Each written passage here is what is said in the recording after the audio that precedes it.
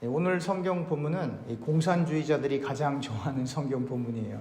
그래서 다 나누었었으니까 이 공산주의를 해야 된다라고 주장하는데 말도 안 되는 얘기고요. 그리고 공산주의는 강제로 사람들 걸 뺏는 거예요. 그래갖고는 그걸 나눠주면서 다 평등하게 산다고 말은 하지만 어디 그게 평등한 거예요. 최고 높은 사람은 왕처럼 살잖아요. 그리고 직급이 있고. 그러니까 결국은 이론만 그럴듯한데 실제로는 전혀 이루어지지 않고 지금도 북한에서 많은 사람들이 굶어 죽고 있고 지금 또 우크라이나 지역에 지금 러시아와 우크라이나가 전쟁하기 위해서 지금 북한군이 지금 많이 가 있다고 그런 뉴스가 나오더라고요, 보니까. 그러니까 참 이게 어려운 얘기죠. 그러나 오늘 본문은 무슨 정치 얘기도 아니고 이념 얘기도 아니고 철학 얘기도 아니에요. 그냥 성령 충만하게 되다 보니까 나 중심에서 하나님 중심으로 이 세계관이 바뀐 거예요. 누가 의도한 게 아니라. 정치는 그 목적이 각각의 당이 이득을 남기는 것이고 대부분 다 의도할 수밖에 없는 거예요. 오늘 본문에 보니까 32절에 믿는 무리가 한 마음과 한 뜻이 되어 모든 물건을 서로 통용하고, 그러니까 믿는 무리가 한 마음과 한 뜻이 되어 모든 물건을 서로 통용하고. 혹시 이런 교회 보셨어요? 물건까지는 통용하지 않아도 한 마음 된 교회 보셨어요? 아니, 부부들도 한 마음이 안 돼서 갈라서는데 되겠습니까? 이게 안 돼요. 그런 교회 없어요. 그러면 지금 이 초대교회가 생기면서부터 없어질 때까지 계속 그랬나? 아니에요. 이 안에도 갈등이 있었고요. 갈라지기도 하고요. 나중에 박해로 찢어지기도 하고요. 그러니까 이 순간, 성령이 충만했던 이 순간, 한 마음 한 뜻이 됐던 순간이 있었지만 그게 지속되지는 않았어요. 나중에 오늘 이 본문에 이 요셉, 바나바라고 하는 이 사람이 자기 밭을 팔아서 이렇게 바치는데 이 바나바가 나중에 바울을 옹호하고 이 바나바와 바울이 함께 선교활동을 하고 이 바나바와 바울이 안디옥에서 이렇게 성경을 가르치기도 하고 그때 처음으로 기독교인이라는 말이 나오기도 하거든요. 그런데 그 두 사람이 대판 싸워요. 대판 싸워서 그 바나바는 이 마가를 데리고 구브로로 가고 그리고 바울은 실라를 데리고 수리아와 길리기아로 가서 교회를 경고케 하거든요. 그래서 제가 글을 쓴 거예요. 인간들은 늘 갈등하고 대판 싸우지만 그러나 복음은 반드시 들을 자에게 전달이 된다. 그러니까 이게 인간이라고 하는 거예요. 바울처럼 훌륭한 선교사가 사실 어디 있어요? 바나바처럼 훌륭한 선교사가 사실은 어디 있어요? 그럼에도 불구하고 인간이기 때문에 서로 싸우더라. 그 갈등이 있지만 그 갈등 때문에 교회가 문을 닫는 것이 아니라 오히려 그 갈등으로 하나님의 뜻이, 복음이 더 확산되더라 라고 하는 것이 성경이 우리에게 알려주고 있는 거예요. 그러니까 제가 늘 말씀드리잖아요. 사람을 의존할 필요가 없다고. 사람은 다 거기서 거기고 우리가 볼 때는 조금 훌륭해 보이는 사람이 있을 수 있어요. 우리가 보기엔 조금 덕 있는 사람이 있을 수 있어요. 그런다고 해서 하나님 보시기에도 훌륭한 건 아니에요. 하나님 보시기에는 사람을 죽인 사람이나 형제를 미워하는 사람이나 둘 다 하나님의 말씀에 비추어보면, 율법에 비추어보면 그 센텐스가 뭐예요? 사형이에요, 사형. 그러니까 여러분들과 제가 이 선행을 많이 하고 덕을 많이 쌓고 하나님을 잘 섬겨서 하나님 나라 가는 사람 있을까요, 없을까요? 없어요. 그런 사람이 없어요. 그럼에도 불구하고 그렇게 노력하는 사람들이 있는데 그것은 자기의 의를 드러내기 위해서가 아니라 성령이 그 마음에 역사하기 때문이에요. 죄라고 하는 건 하나님의 말씀을 이렇게 어기는 거잖아요. 근데 마음속에 죄로 가득한 사람은 이 컨트롤이 안 되는 거예요. 언젠가는 그 죄를 짓기 쉬울 거라고요. 그러나 그 마음이 하나님으로 가득한 사람은 죄에 대한 유혹도 있고 시험도 있을지는 모르겠지만 그 마음에 하나님이 자종하고 있기 때문에 한 번도 안 그런다라고 장담할 수는 없지만 그럼에도 불구하고 거기서부터 조금씩 멀어지는 거예요. 여러분들 마음속엔 예수가 들어있어야 되는데 예수가 안 들어있으면 다른 곳에 다 빠지게 있어요. 현대인은 무언가 하나엔 중독이 돼 있어요. 아무리 아니라 그래도 어쩔 수 없어요. 무언가 하나는 꼭 해야 돼요. 드라마를 본다든지 술을 마신다든지 담배를 핀다든지 골프를 친다든지 바둑을 두어야 된다든지 아니면 낚시를 가야 된다든지 또 등산 좋아하시는 분들은요 보통이 아니에요. 등산 매주 가야 돼요. 매주. 그러니까 아이들 같은 경우는 게임 말할 것도 없어요. 그러니까 거기에 매여 있는 거예요. 그래서 왜 그걸 계속 안 하십니까? 라고 물어봤더니 안 하면 뭐하냐요. 맞는 말이에요. 마음이 불안한 거예요. 안 하면. 하던 걸 안 하면 마음이 불안한 거예요. 기쁨이 없는 거예요. 그러면 여러분들과 제 마음에 예수로 가득 차게 되면 어떤 일이 벌어지겠어요? 성경을 읽기 시작하는 거예요. 기도하기 시작하는 거예요. 그게 뭐가 재미있어요? 재미없게 보이지만 그 안에 예수가 있으면 또 그것보다 재미있는 게 또 별로 없어요. 세상에 많은 소설책, 한국에 지금 이 노벨상 받아갖고 사람들이 막 좋아하고 그러잖아요. 근데 세상에 많은 좋은 책들이 있겠지만 그러나 성경보다 더 좋은 책 보기 드물고 세상에 많은 재미있는 스토리가 많이 있을지는 모르겠지만 여러분 성경 자세히 읽어보세요. 얼마나 재미있는 스토리가 많은데요, 여기에. 여러분 하나님의 뜻을 알고 싶지 않습니까? 어떤 분들은 그래요. 난 하나님 뜻 다 안다고. 나 성경 많이 읽었다고. 옆에 있는 짝꿍 뜻도 몰라갖고 맨날 부딪히는데 하나님 뜻을 어떻게 다 알 수가 있겠어요. 그러니까 하나님을 좋아하고 하나님을 사랑하게 되면 하나님이 무슨 생각을 하실까 기도도 해야 되지만 이거 읽으면 되는 거예요. 여기에 하나님의 뜻과 생각이 담겨 있죠. 무리가 한 마음과 한 뜻이 되어 모든 물건을 서로 통용하고 자기 재물을 조금이라도 자기 것으로 하는 이가 하나도 없더라. 이거 어려운 얘기거든요. 재물 모으기가 쉬워요, 어려워요? 어려워요, 여러분. 재물, 그러니까 돈이죠. 쉽게 얘기하면 돈을 모은다는 게 쉽지 않아요. 그런데 그 재물을, 그 어렵게 모은 재물을 조금도 자기 것이라고 하는 이가 하나도 없더라. 여러분들과 제가 돈 벌었으니까 그 돈 내 거예요? 그럼 내 거 아니에요? 그럼 다음 주에 저 주실래요? 이게 무슨 얘기냐면 저 주지 마세요. 저 안 받아요.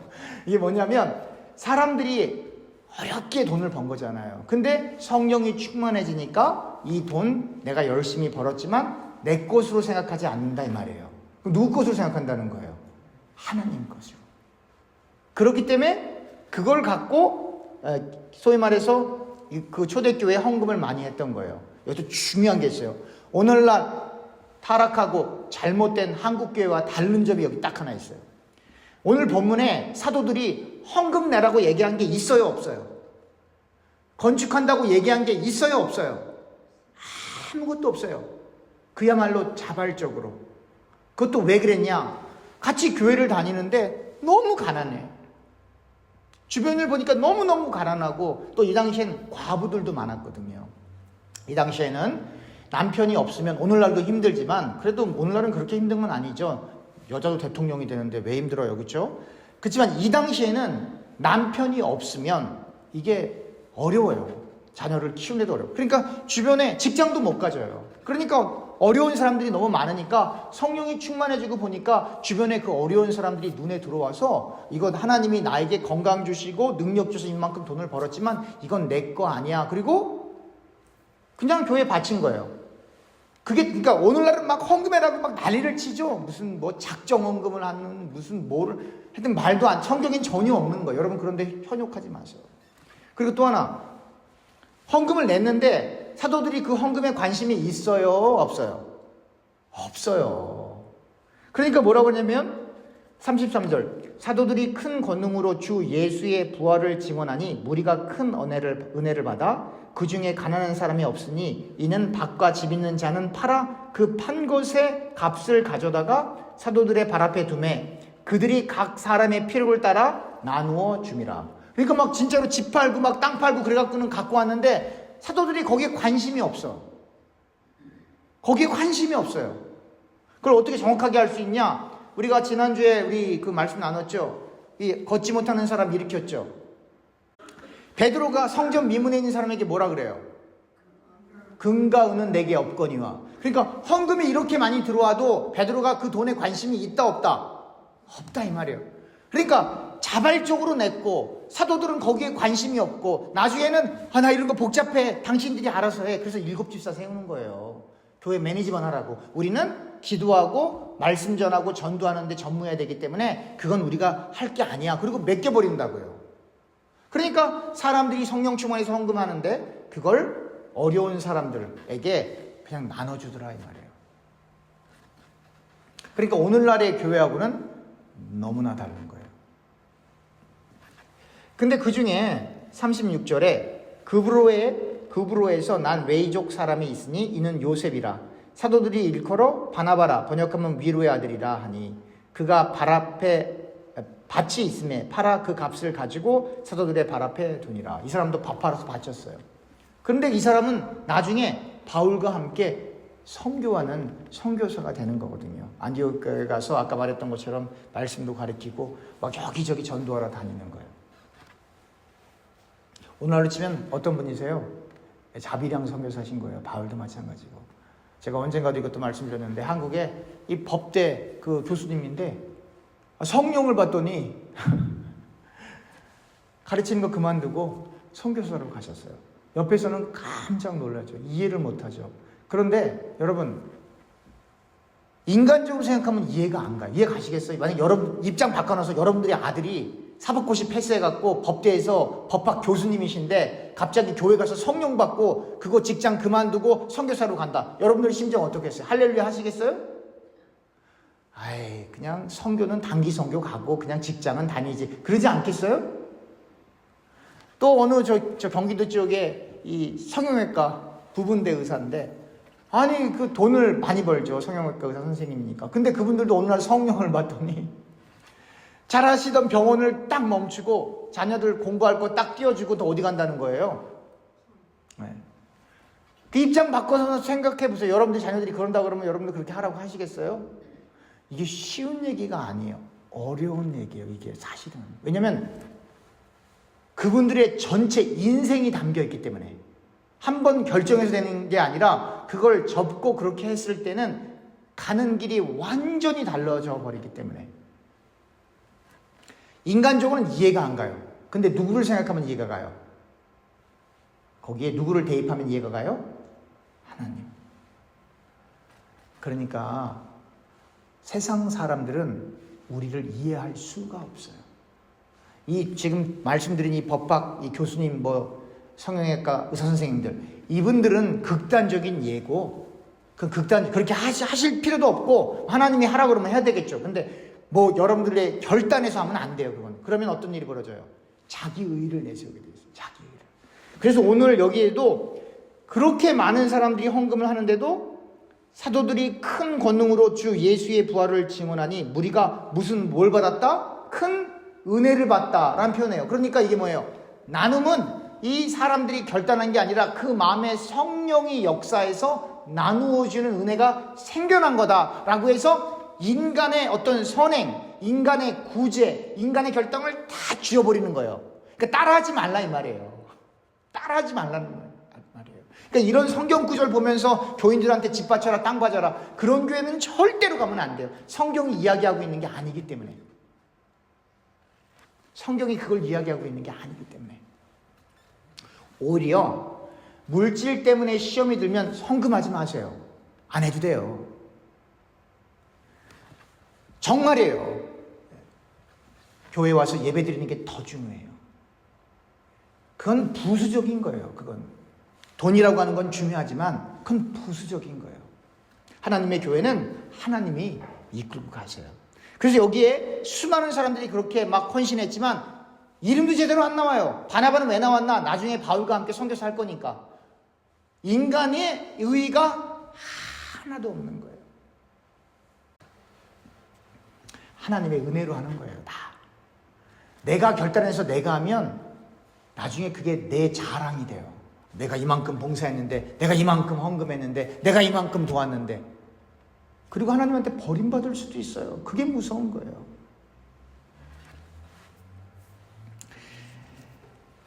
하나님은 하나님의 사람들이 정말로 그리스도로 충만해지기를 원해요. 이 당시에는 어려운 사람들이 많았기 때문에 하나님께서 그렇게 역사하신 거예요. 그리고 이 예루살렘 교회요, 나중에 초점 박살나요. 하나님이 교회를 흩어버리세요. 뭐를 통해서? 박해를 통해서. 하루에 막 3,000명씩 막 교인이 되는데 헌금이 이렇게 많이 들어오는데 하나님께서 이 예루살렘 교회를 박해를 통해서 확 흩어버리시고 다 흩어지게 하세요. 그리고 나중에 이 예루살렘 교회가 너무너무 가난하게 돼버려요. 뭐를 얘기하겠어요?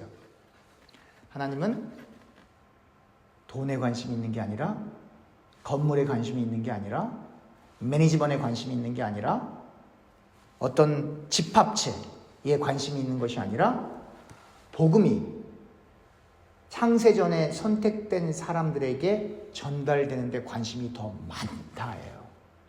여러분 그거 믿으셔야 돼요.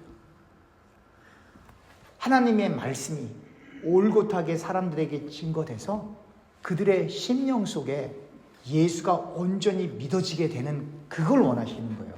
예수가 온전히 믿어지게 되면 인간적인 생각을 자꾸 뒤로 하게 되는 거예요. 인간적인 생각을 자꾸 뒤로 하게 되면 어떤 일이 벌어지냐면 정말로 성실한 사람이 됩니다. 그렇다고 성향이나 성격까지 바뀐다는 건 아니에요. 그러나 정말 책임감 있는 사람이 돼요. 누구 앞에 서 있기 때문에? 하나님 앞에 서 있기 때문에.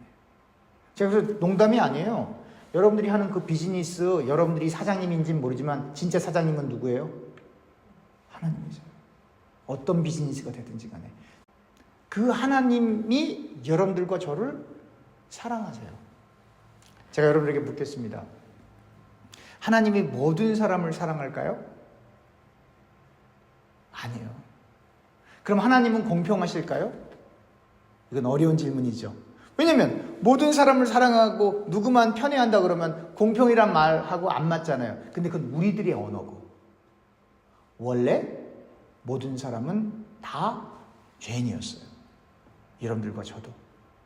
근데 무슨 이유인지는 모르겠지만 무조건적으로 우리를 선택하시고 무조건적으로 여러분들과 저를 사랑하셨어요. 원래 똑같이 예수 안 믿는 사람과 똑같이 지옥 가야 되는데, 그래서 우리가 하나님의 자녀가 됐네요.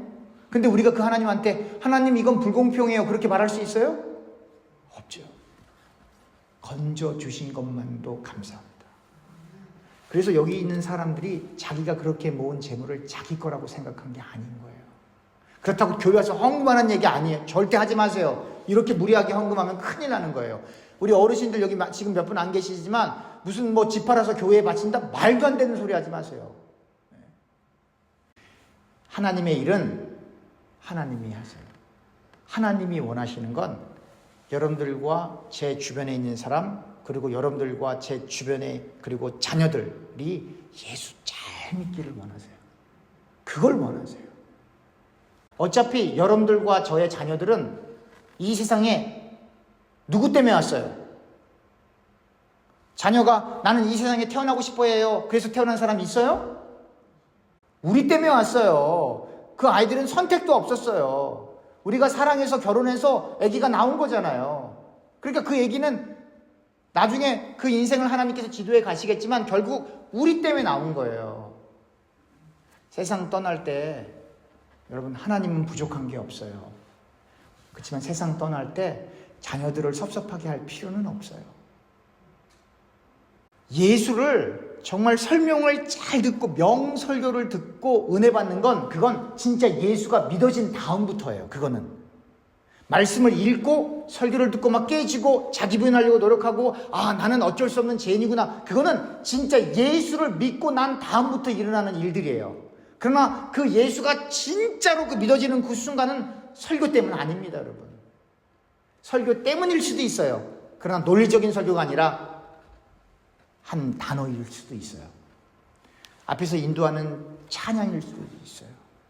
아니면 엄마가 한 한마디일 수도 있어요. 여러분 바울은 예수님 만났죠. 근데 예수님이 뭐라고 말씀하셨어요? 몇 마디 말씀 안 하셨어요. 사울아 사울아 너 나와 핍박하니. 그걸로 그는 꼬꾸라지는 거예요. 물론 그분은 하나님이신 예수님을 만났기 때문에 다른 거긴 하긴 하지만, 그러니까 혹시 자녀가 됐던 이웃이 됐던 친구가 됐던 언제 예수 믿을까 걱정하지 마세요. 예수는 언제 믿나? 하나님의 때에 하나님의 힘으로 하나님의 선물로 은혜로 사랑으로 믿어지게 되는 거예요. 근데 그게 언제일까요? 몰라요. 그러니까 여러분들과 저는 어떻게 해야 돼요? 기도해야 되는 거예요. 더 잘해줘야 되는 거예요. 그리고 더 격려해줘야 되는 거예요. 그리고 늘 말씀해 주세요. 하나님이 너를 사랑해. 정말이거든요. 하나님이 사랑하는 사람만 예수가 믿어져요. 하나님이 사랑하는 사람만 예수가 믿어져요. 그 사랑으로 인해 예수가 믿어지게 되면, 정말로 그 사랑이 깨달아지게 되면 자신의 들보가 보여요. 그래서 형제의 티가 안 보여요. 내 들보가 너무 크기 때문에. 그래서 다른 사람을 정죄할 수가 없고 비판할 수가 없어요. 왜냐하면 우리의 들보가 보이기 때문에. 그래서 마음이 넓어지고 마음이 청결해지는 거예요. 왜냐하면 내 안에 그 들보 가운데 주님이 앉아 계시잖아요. 많은 분들이 이렇게 간증 많이 하세요. 내가 지금까지 잘 된 건 우리 어머니가 기도 많이 해줘서 그래. 우리 아버지가 기도 많이 해줘서 그래. 무슨 말인지는 알겠어요. 근데 성경을 자세히 읽어보니까 지금도 우리를 위해 누가 기도하고 계세요? 예수님이, 하나님이. 성령이 말할 수 없는 탄식으로 여러분과 저를 위해 기도하고 있어요. 예수님께서 이 중보자가 되어서 하나님의 보좌 옆에서 우리를 변호하면서 대제장으로서 우리를 위해 기도해주고 있어요. 어떤 분들이 그래요. 우리 엄마 아빠는 교회를 안 다니는데 괜찮아요. 누가 여러분을 위해 기도하고 있어요? 예수님이. 이것만 안 잊어버리면 돼요. 예수님이 지금도 여러분들과 저를 위해서 기도하고 있어요. 그래서 그러한 성경적인 지식과 말씀을 통해 우리가 이 결론에 도달할 수 있는 거예요. 걱정할 필요가 없다. 주님이 우리를 위해 기도하고 계시기 때문에. 기도하겠습니다.